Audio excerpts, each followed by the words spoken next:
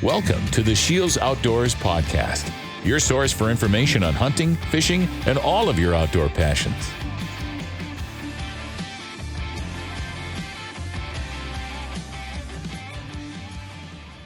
Hello, everyone, and welcome to the SCHEELS Outdoors Podcast. My name is Mike Anderson, and we have a really awesome segment for you today. But first, I want to introduce you an exciting event we have happening March 30th through April 1st, and that's our Spring Virtual Hunting Series. This is a free virtual event where we're giving away $7,500 in prizes and hosting virtual seminars at 7 p.m. Central Time each night. On night one, we'll be joined by four-time national turkey calling champion Scott Ellis and Woodhaven Calls founder Mike Pentecost talking all things turkey hunting. On night two, we'll be talking land management and fall preparation with Michael Waddell, a bone collector. And on night three, we're going to be joined by two-time Olympic gold medalist Vincent Hancock to talk trap shooting. Tons of prizes like shotguns, bows, and gear will be given away along with lots of great information. But you need to register at www.scheels.com/hunt series to get registered to win those prizes. We have it linked in the description of this podcast, so just click that link below and get yourself registered. Today we have some very special guests with us, and that is Nate Hosie and Randy Birdsong of Headhunters TV, which can be found on the Outdoor Channel. Let's jump right into it with you, Nate. How did you develop a passion for the outdoors? Well, how's everybody doing today? Thanks for having us. And, for me, it started when I was 5 years old. My grandpa and my dad, they used to take me out on the weekends. We'd hunt over bird dogs and chase pheasants and grouse and woodcock. And, as kind of my hunting stuff started to grow, then I got out for deer season with my grandfather and then into turkeys. So really, it started when I was 5, and it started over bird dogs out chasing game birds and pheasants and all. And then it just kind of grew from there. And once I heard a turkey gobble, I was like, well, I'm hooked on this right here. You know what I mean? You go out there and have a conversation with a old lovesick gobbler. So, really it started at 5 years old for me, and I've been hooked ever since. Hunting for me it's always been something that's such a blessing to be out there in God's creation and enjoy the outdoors and, have so much respect for the animals and the creation he's made. So I'm thankful to be a hunter and proud to be a part of Headhunters TV. Absolutely. Thanks for joining us. Now on to you, Randy. Can you tell us a little bit about yourself and how you fell in love with the outdoors? Yeah. So for me, man, I was lucky enough to have a dad that was consumed with hunting just like I am now, but he started taking me out at a very early age, just a couple years old. He would take me out to the duck field and carry me in a 5-gallon bucket and set me out there while they were hunting. So I got to be a part of it. I wasn't participating, obviously at that time, but just got to see what it was all about and just got hooked. And that's kind of where it started with me, was on the waterfowl side. And then that obviously progressed into big game hunting on the deer side and getting to go to deer camp with my grandpas and my dad, and just honestly just got hooked and consumed at a very early age. And it's only grown over the years from there. So to say I'm passionate about it would probably be an understatement at this point. That's very cool. I would love to see you just as a little kid in a 5-gallon bucket. Oh yeah. I still carry him to the field, but he doesn't fit the bucket anymore. I'm outgrowing the 5-gallon bucket. Yeah, you gotta move to a wheelbarrow now, right? That's right. Exactly. The bucket is larger, substantially larger. Oh, that's awesome. Okay, well, let's talk a little bit about Headhunters TV. How did it all start, and what's your guys' goal and vision with it? How do you make it different than everything else out there? You want to take it first, Bird? Yeah, that's fine. Yeah, as far as how it started, like I said, I grew up and was passionate about the outdoors from an early age, and then obviously back in those days with the TNN days and the hunting shows and the Monster Buck series and everything that, a lot of our friends now in the outdoors was doing, which, Drury's, Kiskies, everybody was putting out VHS tapes at that time. And man, I just loved being able to feel like I was a part of that and just was so consumed with it that I knew growing up that I didn't know how I was going to make it work, but I knew the ultimate goal was to be able to make a living in the outdoor industry. And I went to college and kind of done some stuff kind of dabbled in the outdoor industry. And then as I got out of college, I was at a crossroads, to kind of either go for it full or kind of have to hang it up and just do it as a hobby and pick up a real job. And I knew I didn't want to do that. So I rolled the dice. And about that same time, I met Nate at a sports show, and we got to talking and ended up just being buddies, got to be good friends. And we were both kind of at the same point in our life where we were doing stuff for other people. But I guess the ultimate goal kind of for both of us was to eventually be able to do something on our own and hopefully be able to make a living for our families at it. And man, honestly, it's kind of a Cinderella story. We just rolled the dice. Neither one of us had anything to begin with. And not that we do now, but at least we've been fortunate enough and blessed enough over the last 10 years to be able to make some sort of living at it and to be able to support our families doing something that we love. So pretty cool journey it's been over the last 10 years, man. And I wouldn't have wanted to do it with anybody else. Nate's become like a brother to me, and it's been a ride for sure. It's been compared to a notebook of hunting stories, and like Randy said, man, we were just kind of at a crossroads in our life. And, it was such a blessing to kind of, God kind of put us together as far as meeting each other. And I had been a fan of Randy's, he was hunting with whitetail freaks and stuff like that. And I'm like, man, this guy's the real deal. And, to this day, he's only become more of the real deal to me. You know what I mean? Being able to share the woods with him and see his knowledge as a hunter of anything that he goes after, or trapper or anything like that. And then, all that he does from the business side of things and growing this into what it does has been something that there's an extreme appreciation level on my end as well. And like you said, we are like brothers and we balance each other out well. And I think what makes Headhunters successful is the fact that we've never started Headhunters TV and never went into it with the idea like, hey, let's go out there and let people see that we're great hunters. Or, the idea was never the idea to even think of ourselves as pro hunters, because to us, there's no such thing, in my opinion, because an animal could humble you at any point. We're all out there learning all the time. We are blessed to be out there a lot and do it for a living and promote and grow this sport.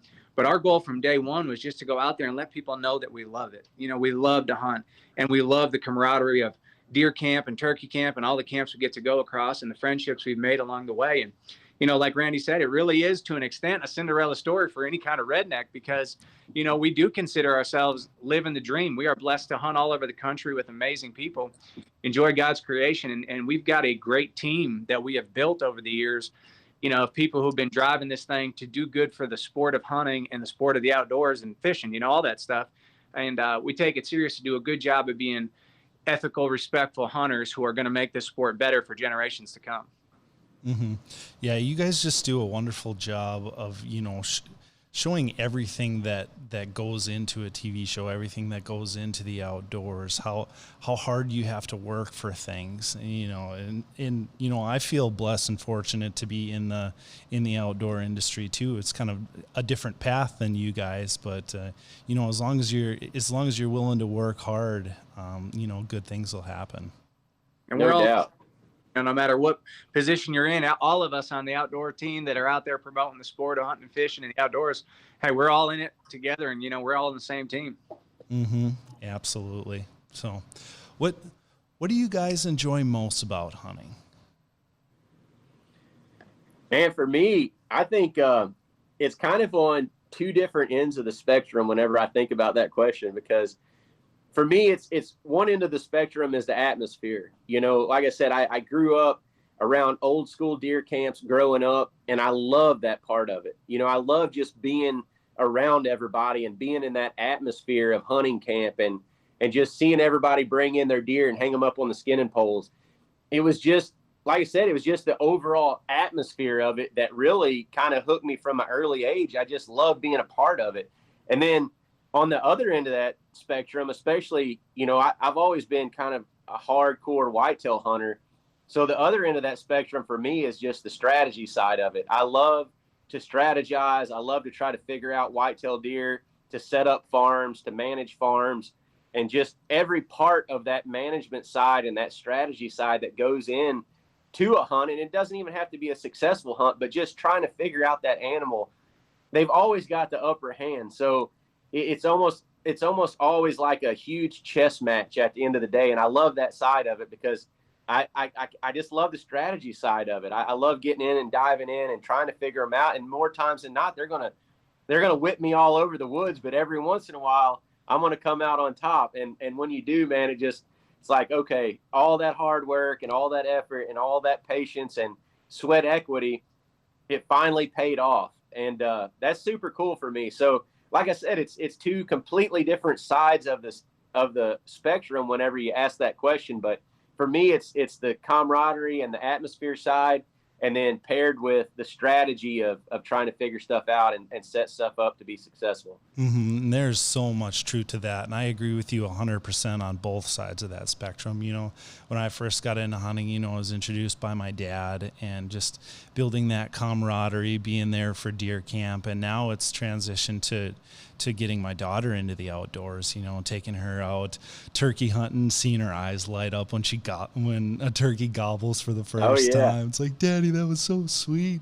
But yeah, I mean, the chess match part of whitetails, like you hit the nail on the head there, you know, like, especially, you know, if you have a decent amount of land that you can manage and, you know, watch deer grow year after year.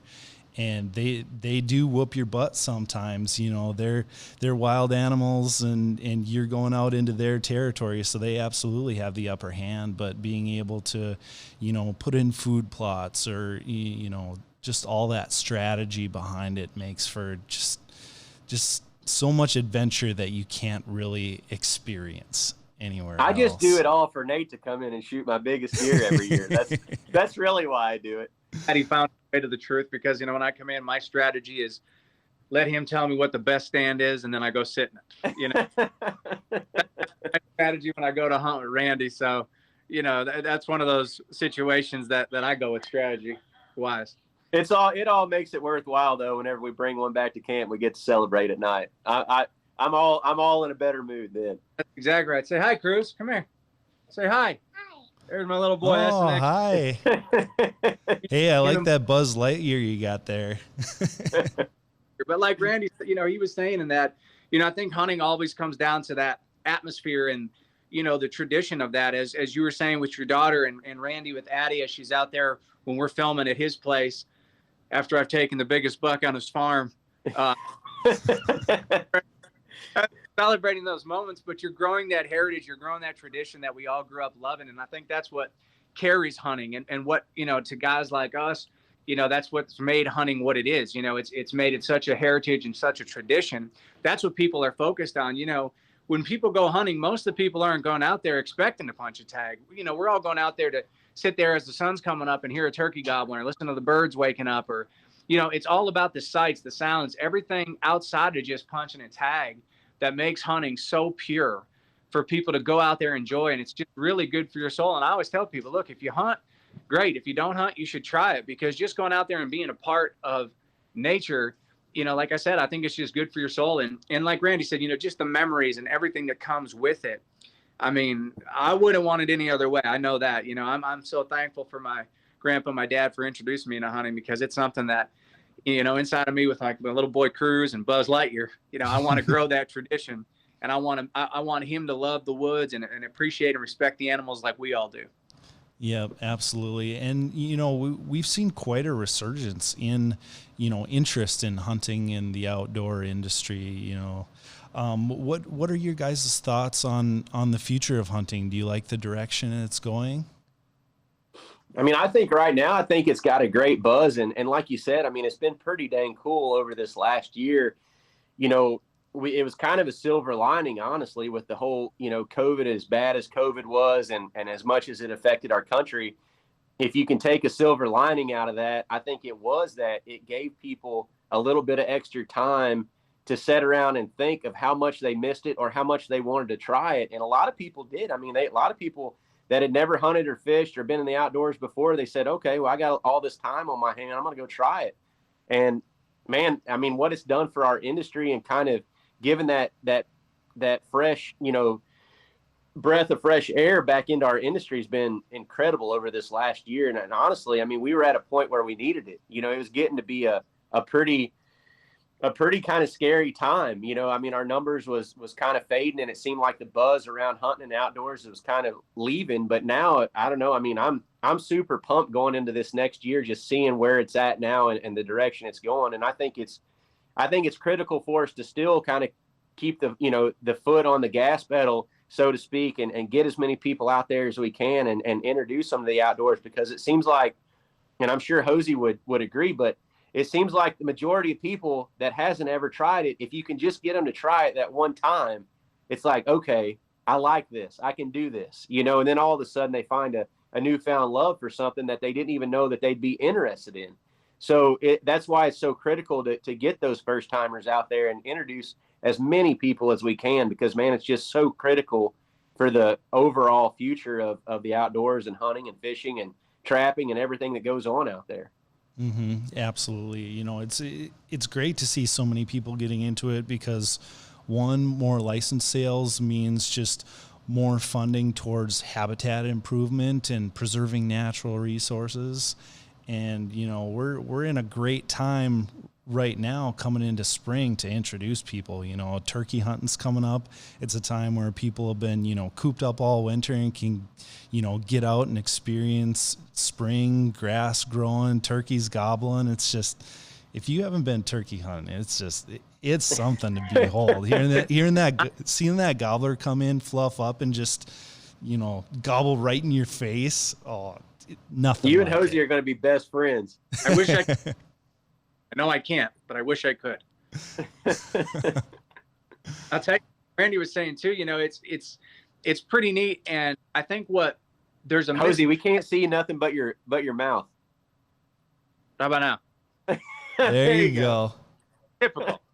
I was going to say, typically people who don't hunt or have never tried it might not be because they don't like hunting, but they may have never been introduced to it or anything like that. And I think in society today, sometimes there's a misconception to what makes a true hunter. And I mean, I think when people are introduced and they see that true hunters are conservationists, and we're out there year in, year out, like Randy said, he's working on his farm constantly. Here at my little lease, like my father-in-law has hunted his whole life, but my wife and all, it's a big tradition for us. Now we've got into all the food plot stuff and the strategy stuff side of things.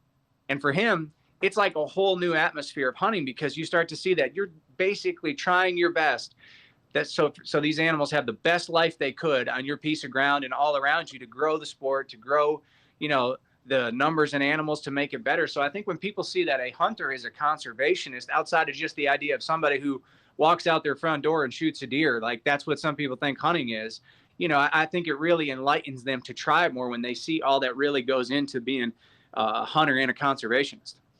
And to even take that one step further, just to continue on what Nate was saying, I mean, it makes me think too. Like this past year, we were fortunate enough, my family and I, and a couple of our close buddies ended up buying a property here in Missouri. And when you think of hunters like some people do and think of them being just straight killers, it's almost, to me, it couldn't be further from the truth. I mean, it's almost 180 degrees away from there. And I've really seen that over the last year of owning our own piece of property, because what happens is when you get a piece of property and whenever it means as much as it does to like us, and we're out there every day trying to make this property the absolute best that we can for the wildlife, it almost becomes a situation to where you don't want to shoot anything off of it. As weird as that is to sound, like you go out there and you got 3 turkeys gobbling in the morning, and you're sitting there before season, you're listening to those 3 turkeys gobble every morning, and you get fired up because you're hearing turkeys gobble on your own property, and you go out the next morning, it's opening day. A part of you you almost in the back of your mind hope that turkey doesn't come in just so you can hear him gobble the next day. And I know that's weird to sound to people that hasn't ever had their own properties or, doesn't have their own places to hunt. But man, the love we have for these animals is second to none. I mean, it is truly incredible what they actually mean to us, and the steps and the processes, and really the overall sacrifice that we make to make these places better and to make the hunting better in general and overall. There's a lot more to a hunter than being a killer. 100%. You know, people will see Instagram photos of a person with a big buck, but they really don't see just like the level of intimacy and effort that people put into it, you know, and you don't even have to own your own land to do that. I mean, you start running trail cameras and you start developing history with a certain buck, you give them a name, and, you know, every time you go out there, pull your camera, it's like, oh, is that clean 10 on there? You know, where's he at? It's and like a relationship. You're building a relationship. Yeah, exactly.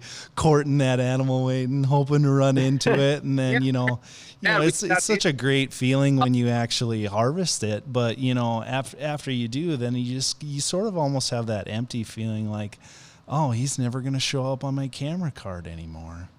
Yeah, no doubt. Yeah, it's bad. We get out at his place, hear a turkey gobbling. He gets back in the truck. I was like, "We're gonna go after that one." He said, "It was a crow." Crow. I heard a crow. Oh man, that's great. So, Nate, you've got an incredible background behind you there. Just like deer stacked up everywhere, and I imagine you've got a hunting story or two. I'd like to hear the story on your all-time favorite hunt. Randy, you're next. Okay. And I mean, that is a really, really tough question to answer, because I feel like I've had so many hunts that for so many reasons are my favorite. You know, I mean, starting with my grandpa, you know, eating those, what are they? The Tasty Cake coconut cream pies at the base of the tree, you know, my first year out there hunting. And shooting a spike, you know, my first buck and all that stuff. But I've had so many memories. But since you compliment on the background, if you could see this deer right here, I don't know if I'm on the right one. I think I am. But that 12 right underneath that flag, you see him there? Oh, sure do. In all his glory. Yeah. Up until this past year, he was my best buck to date. And what was really neat about that buck was we were hunting in Montana, and we used to go out a few days early, scout, and try to, you know, because at that time, early in September like that, they're still on a pattern to an extent, you know, so you go out there and it's really a fun chess match because you watch them from a distance, see what they're doing, and then you go in, you make your moves, we hang our sets and hope to punch and tag. And in this particular year, we had gone out there and there was these 3 or 4 different bucks coming through this fence gap every single night. I mean, just like clockwork. Like it was like, we are going to smoke one of them come opening day. And come opening day, we get ready. We're going over there to hunt. Randy's going to a spot with a deer that he's had amazing history with. And we go down in there, and the farmer happens to get out to check his pivot. And as he does, he's got like a couple dogs with him in the truck, and they take off down on the river bottom where all these deer were coming from. And I mean, deer just start running everywhere. I mean, everywhere. So like, we're just like, what are the chances that this could happen right now? So long story short, that night, Birdsong comes in, and, you know, he had connected on this deer that he had incredible history with. We're all celebrating and having a good time and fired up. And, you know, the hunt's already been made on day one. He connected with this amazing buck. So he's like, man, I'll tell you what, you know, you need to go over to this other spot. We've been looking, and maybe just, you know, try a plan B and look. And I went over and started scouting the next morning. I caught a glimpse of this buck, and I was like, I don't know what it is, but it's a giant. And Bird's like, I saw a big deer in there the one night I was watching it, but I couldn't get a good look at him. So that evening, you know, we had a set in there. It was kind of off the mark a little bit, but we were like, let's play it safe. And we eased on in there, and all these deer came out, and, you know, no big deer. So we're sitting there, we're like, maybe it was one night. Just before last light, I look, and I can see him coming. And at that point, I can see him because I'm looking at him the first time from 500 yards plus. And when he stepped out at like 70 some yards, me and Scuba both were like, oh my goodness gracious, like just a clean, straight 12 point. Like as pretty as a deer can be. And he comes out and he takes off, and he gets out in the alfalfa before we can get a shot. And never was close enough. So we come back, we show Randy, we're all like, man, that's a tank. Like that's a tank of a deer, especially for Montana. And the next night we went in, moved a little closer. We had him at 64 yards. I almost shot that night, and he got by us again. So we had one more night that it was going to be the right wind, and we're getting towards the end of the hunt. And we eased into this stand that Randy had hung. I guess it would have been the year before or 2 years before. Randy had hung, and we were like, man, I think that deer is actually by that stand. So we pushed in one last time and just kind of brought the marbles with the right wind. Ended up shooting this deer at like 15, comes by us, shoot the buck. But what was so, you know, amazing about it to me was, you know, before my grandpa who introduced hunting, you know, before he passed, we always used to say like, man, we're going to go hunt Montana someday. Like, you know, because he always wanted to hunt Montana. It was like a dream to hunt Montana.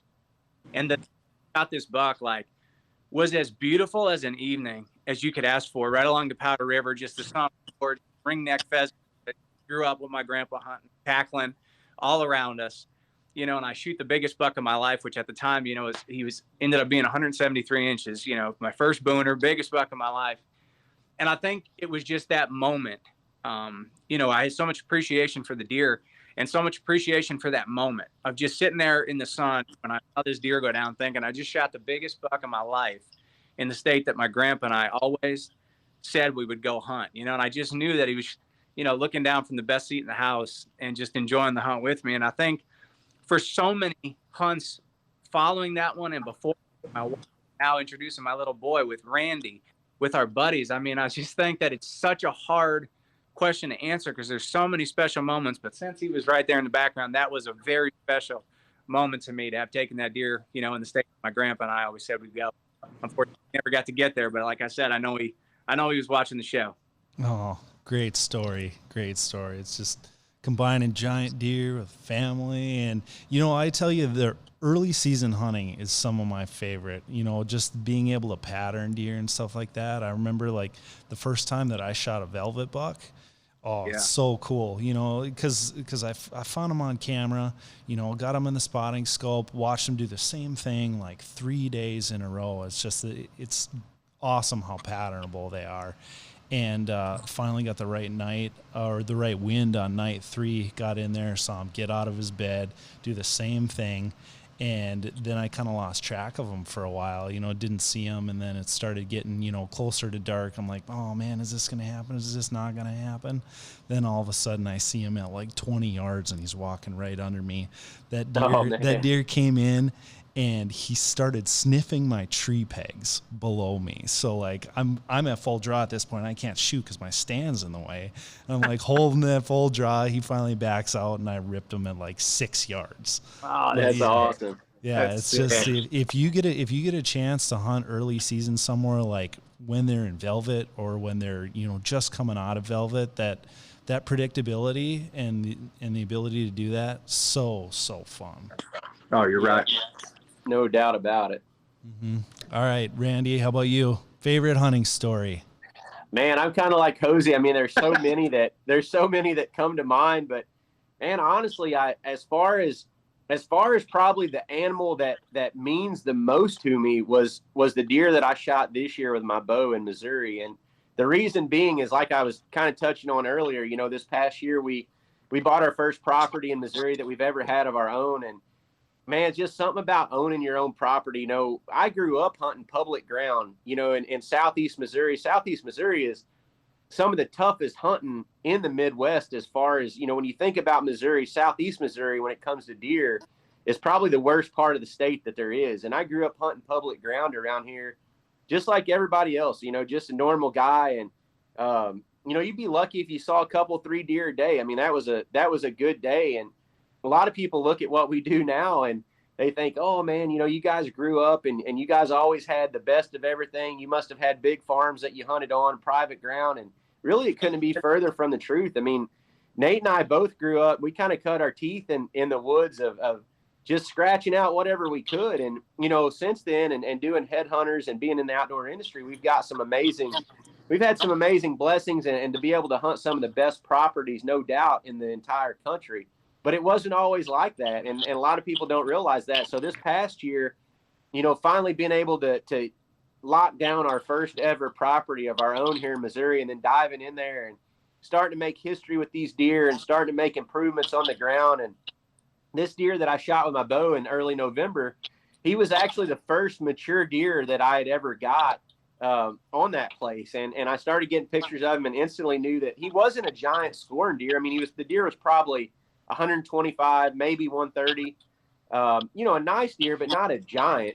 But there was just something about, you know, being one of the first mature deer that I ever got on that place and then kind of building a history around that deer and formulating a plan. And then finally, when I got a crack at him there in early November, man, I'm telling you, he by far wasn't one of my best deer that I ever shot. But I can tell you that emotionally, I was a train wreck. Like it meant so much to me to finally be able to shoot a deer on my own place that I'd waited my entire life to be able to get that opportunity. It was a super cool moment for me. And I mean, I'm not going to lie, man, I got choked up. And like I said, cool. didn't have anything to do with it being the biggest deer I'd ever shot. I mean, he was far from the biggest deer I ever shot. But I can tell you that, you know, as much as he meant to me, he meant more than anything on the wall that I got. So it's a super cool hunt.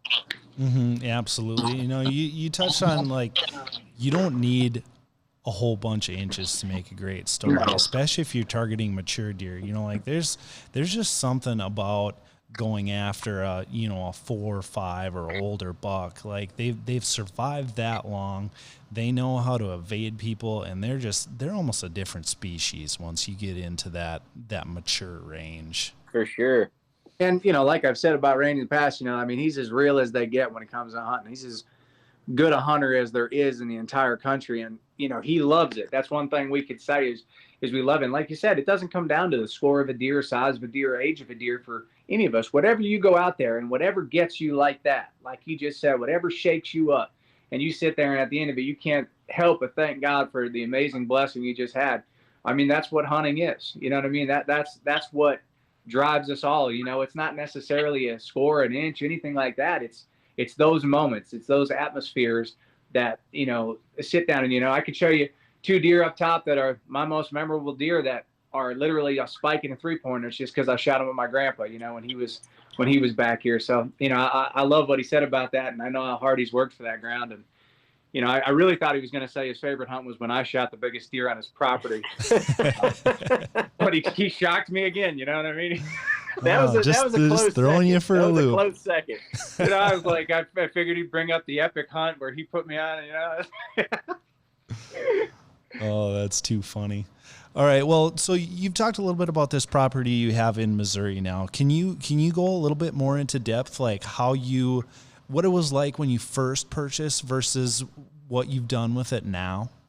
Yeah, so we're actually getting ready to document some of the progress, but it's been a cool ride, man, because the crazy thing is we actually looked at a different property that we were getting ready to buy, and I don't know, it just didn't work out. It just, something about it wasn't right, and it just, at the end of the day, it wasn't the right fit. And it was so crazy because this property was actually the adjoining property of the property that we originally were going to purchase. And when we went in and looked at this place, I wasn't crazy about it. You know, we're in the southern part of Missouri, and this property was almost 100% timber. Like the entire property was timber, which I'm not crazy about. I like a property that's more broke up, that's got, you know, field and timber. It just seems like you can do more with it, and it's habitat wise and you know, holding capacity is usually better on a property like that than a pure timber property.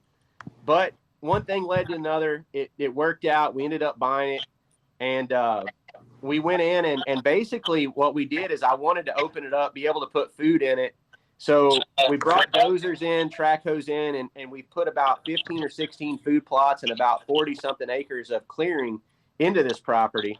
And now we're going back and we're doing hinge cutting and making bedding areas on the upwind side of all these plots and all these places that we're stacking this food into. So it's been a work in progress, but I guess going full circle, I'll say that, you know, what started out as a property that I really wasn't that excited about is now kind of rejuvenating in the fact that I'm kind of seeing where it's going and what it can turn into. And man, I truly think this is going to be one of the best whitetail properties in southern Missouri when we get done with it. So I'm super pumped at the direction it's going. It's been a lot of hard work, but it's been fun seeing the progress of it and kind of the overall transformation of it.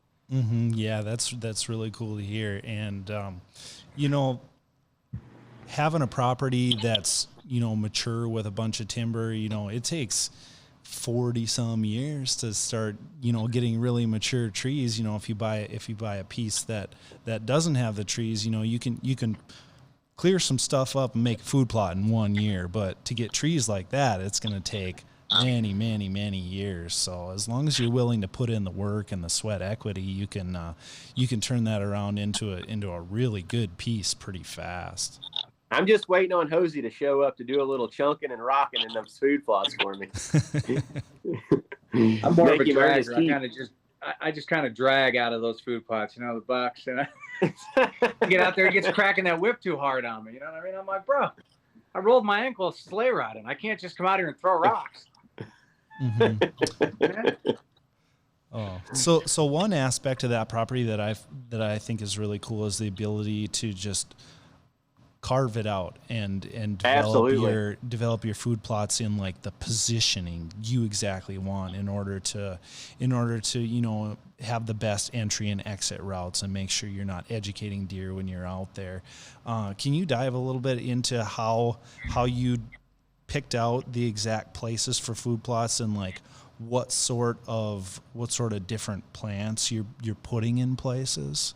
Yeah, for sure. So you hit the nail on the head. Like as far as that property, what I once saw as kind of a hindrance when we bought that place of it being all timber, it kind of turned out to be a blessing because just what you said there, I mean, basically instead of having fields already in place and having to work with those fields that was there in the areas that they were, we had a blank sheet of paper. So basically I just sat there and I studied that map and I studied the topos and just the topography of the ground and the access that was there versus the access that we could put in. And what you were saying is true. I mean, it's so important.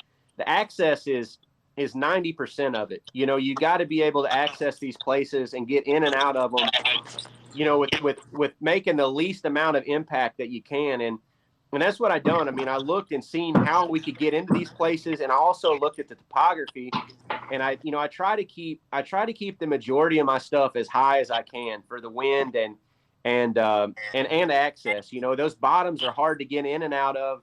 The wind swirls down there bad, just a number of things that make bottoms harder to hunt. So I really look for where, I've got stuff coming together where it's a couple ridges coming together up on top, just topography that makes those spots natural for the deer before you ever go in there and carve a food plot out of them. I want places, I don't want to have to put in a food plot and try to bring deer to a place they normally wouldn't be. I want to go in and find a place that deer would normally be and then put the food on top of them.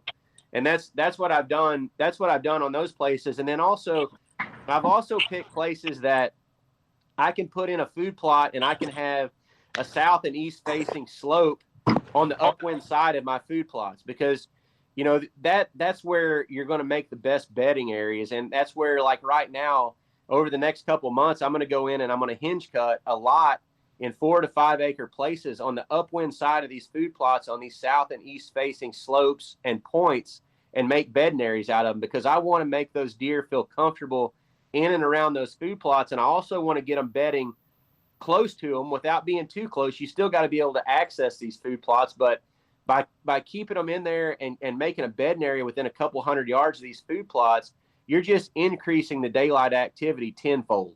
So that's so important. A lot of people that has properties where they're not able to develop them, their deer doesn't show up until right at dark or their deer are nocturnal. And a lot of times this is because those deer are coming from a long ways. I mean, it could be pressure, but a lot of times it's because of how far they're having to travel. So by making these food plots where you want them to be and then making the bedding areas close by, you get those deer up on their feet and they're hitting these food plots well in the daylight hours. So that's kind of been my strategy and my overall project here the last month or so.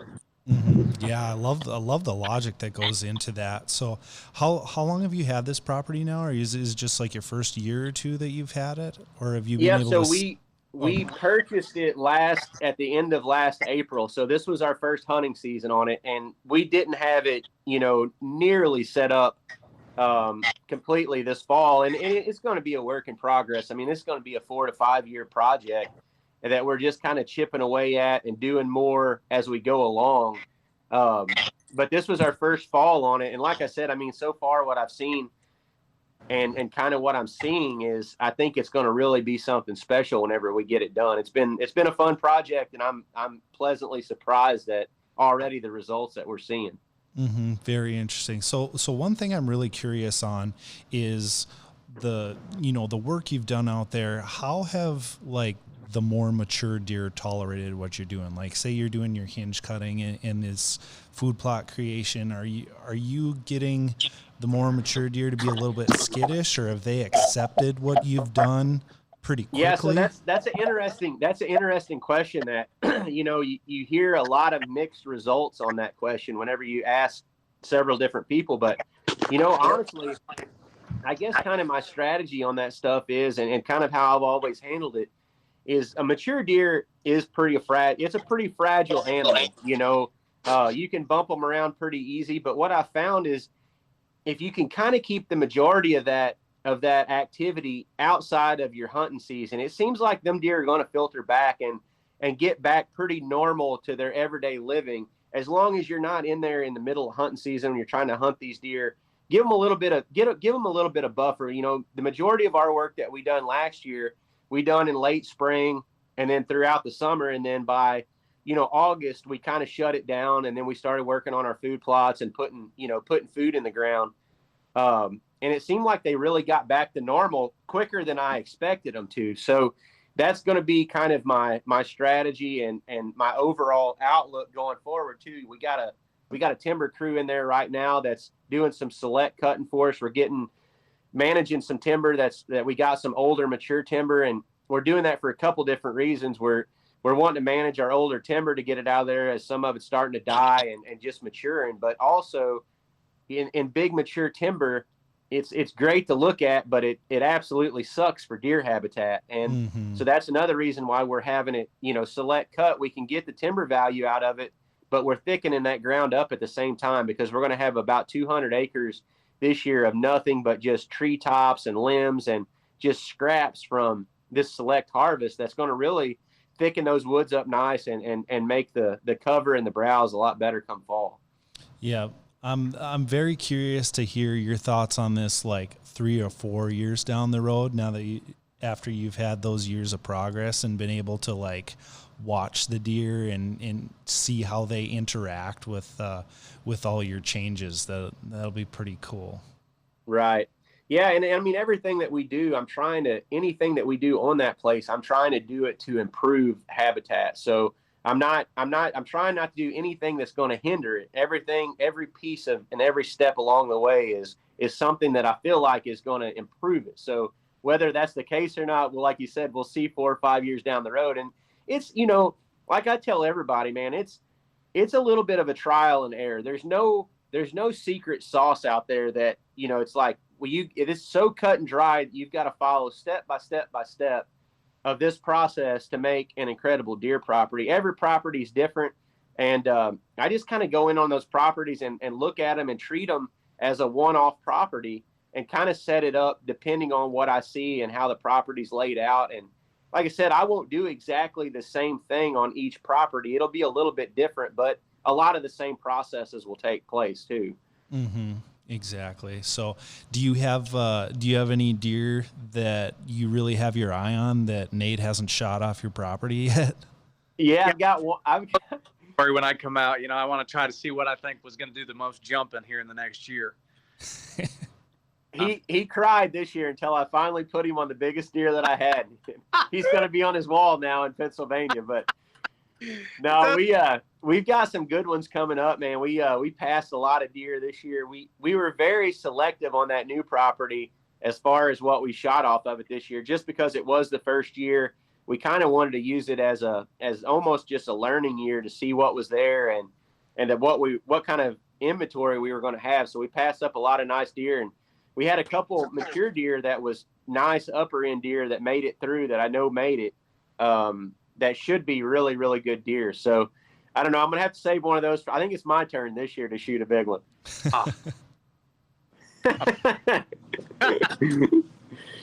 He's the man. No, I'll let Hosie shoot another big one next year. I always do.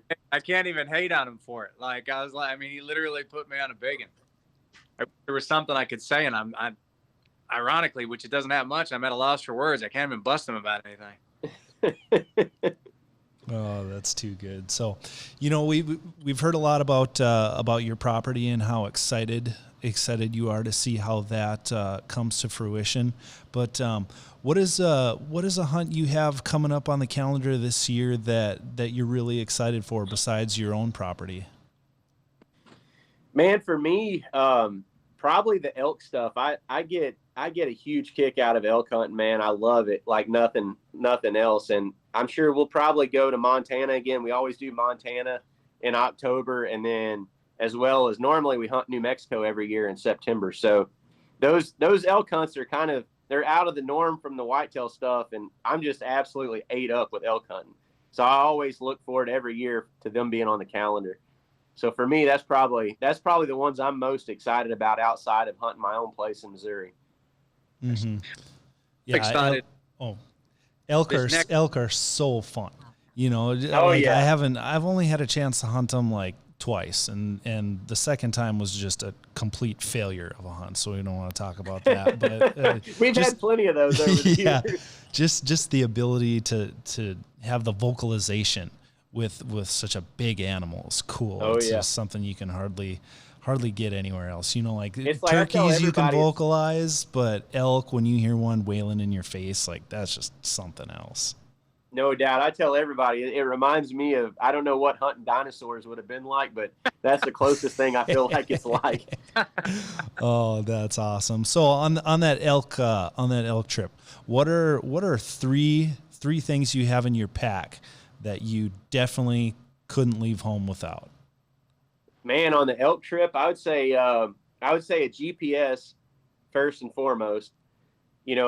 Out there, it seems like it's easy to get turned around, especially like in New Mexico. When you're hunting New Mexico, so you think about chasing elk and you think about the mountains, but a lot of that stuff in New Mexico is relatively flat. So you get out there and all those junipers and all those pines and everything looks exactly the same. So it's always a good idea to have a GPS. Always going to have an outdoor edge knife on my pack. Not that I always need it, but if I do, I got it. And then I don't know, as far as the third thing, I was kind of thinking along the lines of whitetail hunting. I don't know what the third thing. Probably a good snack. I would say that's always for me. That's a necessity. Is a good snack Nice. in the pack. What's your favorite pack snack? Man, I would say my go-to is peanut butter crackers. I love peanut butter crackers. They're my go-tos. Ooh, yeah, that is pretty good. I'm more of a fan of the pepper jack myself, but I'd say peanut butter comes in a close second. All right, how about you, Nate? What trip are you most excited about, and what are three things that you can't leave home with on that trip?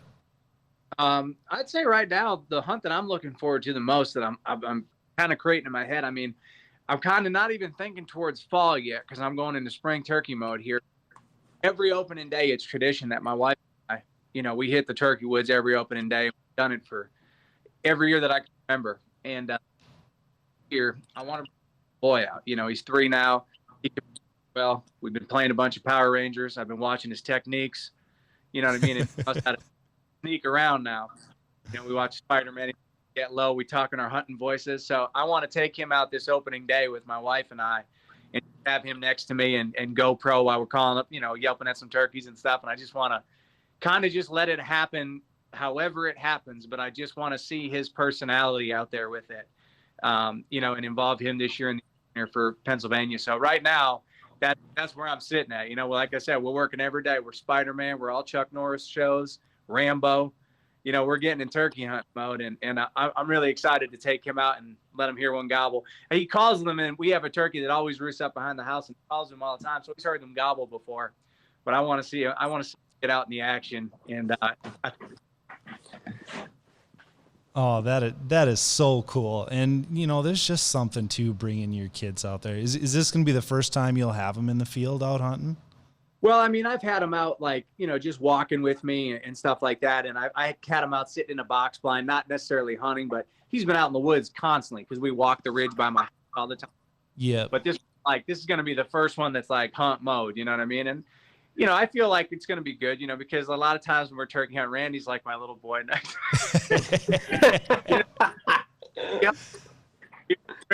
yelling if we screw it up. You know, I get like, hey, that's all right, buddy. But no, I'm super excited to just involve him and really just like he's got such an interest in it. We shoot my turkey mounts with his dart gun, and I just want to, as a dad, like, you know, the greatest blessing I've ever been given is to be a dad, you know, and my wife and I are so proud of him. So I'm really pumped to get him out in the woods. Mm-hmm, absolutely. It's so fun bringing the kids out there just to, you know, show them new experiences and just see the excitement in their eyes. You know, you kind of got to have tempered expectations because, you know, you never know when they might be loud or, you know, moving too much or whatever. But, you know, the good thing about turkey hunting is, you know, it's getting warm out and you know, there's a lot of turkeys around. If you miss one, you know, there's plenty of them there. You can have a round too. Exactly right. All right. Well, that was such a great story there, Nate. I'm really looking forward to what the future's bringing, and you know, watching that stuff with your son there. So how do we stay connected with you guys? Can you let us know what your Instagram is, and also if there's anybody you'd like to thank? Yeah, for sure. So our Instagram and Facebooks, we both have our personal, Nate Hosie and Randy Birdsong. And then also we've got our Headhunters TV page on Facebook and Instagram. And then our airtime, as far as on the Outdoor channel, is 8:30 p.m. Eastern Standard Time on Thursday nights on the Outdoor channel. So that's kind of our prime airing, where you can catch all the new shows. And as far as thanking everybody, man, I got to say thanks to the guys over at ScentLok for getting this set up. You know, they've been a huge partner of ours for many, many years, and they got this stuff set up with you guys. We really appreciate them getting that set up, and just thanks for having us. Yeah, and I just want to say, you know, thank you to you for your time, for having us, and for, you know, letting us share some stories with you. You know, obviously this is something that we love to do, and thanks, you know, big thanks to ScentLok and all our partners and everybody who takes the time to watch our show, or if you don't watch our show, everybody who loves the outdoors, we thank you for supporting all that we do. We love this country. We love being able to get out there and, you know, hunt and fish and enjoy God's creation in the outdoors. And we love the red, white, and blue. So for everybody who supports us, and we really, really appreciate it. So thank you.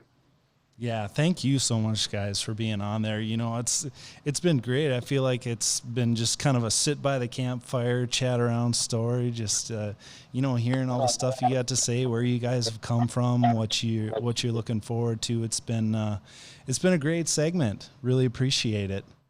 Yeah, thanks for having us, man. We enjoyed it. Mm-hmm, absolutely. We'll have to do this again sometime. And you know, best of luck with your upcoming seasons. You know, 3 or 4 years from now, if we come back and I'm not hunting at Randy's property, you know that his management strategy didn't work. Yeah, that property, we screwed that up. You know, we got ourselves a new one. 3 to 4 years, if I'm saying I'm hunting somewhere else, it's because he either threw me off or his plan didn't work. I love it.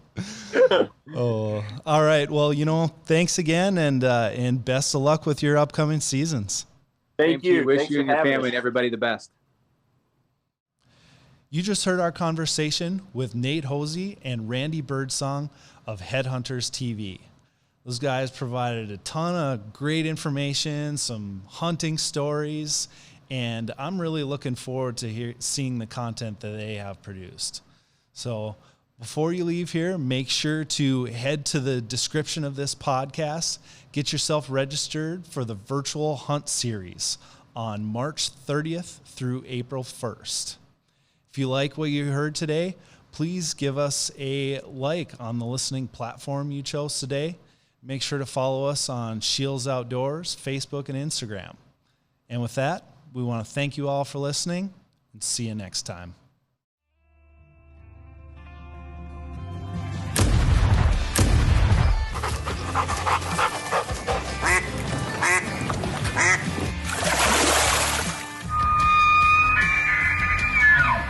Thank you for listening to the SCHEELS Outdoors Podcast. Stay tuned for future segments and visit our social media pages, SCHEELS Outdoors on Facebook and Instagram, for daily updates.